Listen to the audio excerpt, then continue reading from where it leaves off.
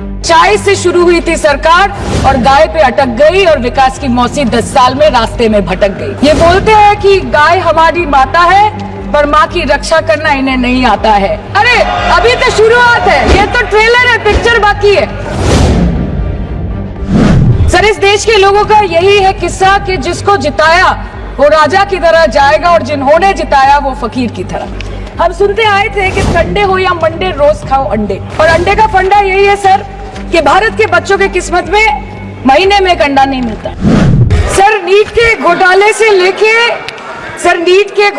लेके जीएसटी के बोझ तक, एयरपोर्ट की छत टूट जाने से लेके रेल पटरी से छूट जाने तक, तृणमूल कांग्रेस के सदस्य, हर सांसद देश के हर गंभीर मुद्दे पर चर्चा करेंगे। बस यही आपको बोलना था।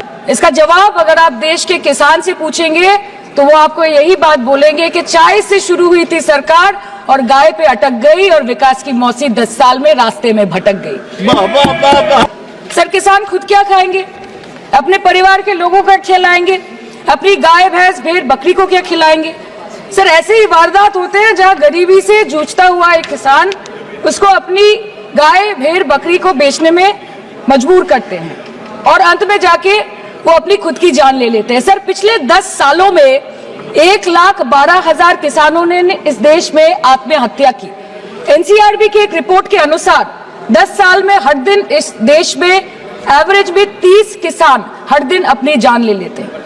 सर, इस देश के लोगों का यही है किस्सा कि जिसको जिताया वो राजा की तरह जाएगा और जिन्होंने जिताया वो फकीर की तरह।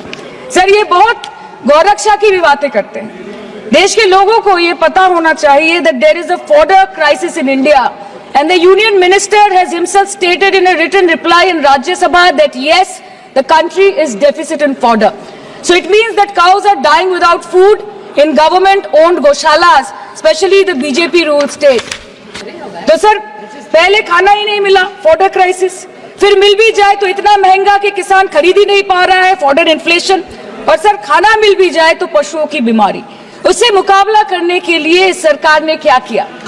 ये बोलते हैं कि गाय हमारी माता है पर माँ की रक्षा करना इन्हें नहीं आता है। आम आदमी के दूध, छाछ, लस्सी, दही, पनीर पर 5% की जीएसटी, क्रीम, कंडेंस्ड मिल्क, मक्खन, घी पर 12% की जीएसटी और अमीरों के हीरो पर सिर्फ 1.5% की जीएसटी। सरकार उनको रिलीफ नहीं देती है जो विदेश में जाके मिल्क शेक और लाते की चुस्कियां लगाते हैं। ये सरकार उनको रिलीफ नहीं देती जो आम आदमी 2 पैकेट दूध खरीदने से पहले 10 बार सोचता है। सर, बचपन से हम सुनते आए थे कि संडे हो या मंडे रोज खाओ अंडे।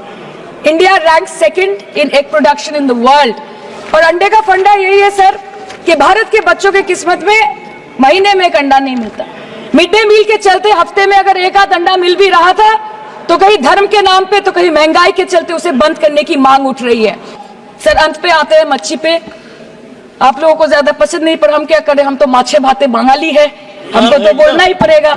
इस बीजेपी सरकार ने पिछले 10 सालों में इस देश के लिए क्या किया, उससे बड़ी तालिका बनेगी कि 10 साल में क्या क्या कर सकते थे पर किया नहीं।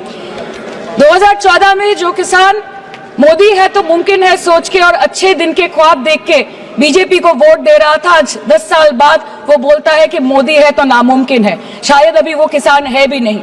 तो इसीलिए मैं बोलना चाहती हूँ कि समय बड़ा महत्वपूर्ण होता है अध्यक्ष महोदय, और बड़ा बलवान। बंगाली में हम एक बात बोलते हैं कि समय गेले साधन होबे ना। इसका मतलब यही है कि अगर समय चला गया तो साधना नहीं होगी, अगर भक्त रूठ गए तो आराधना नहीं होगी। और 3 से 303 से 240 के आंकड़े बोलते हैं कि इस बार जो आप चले गए तो दोबारा लौटने की संभावना नहीं होगी।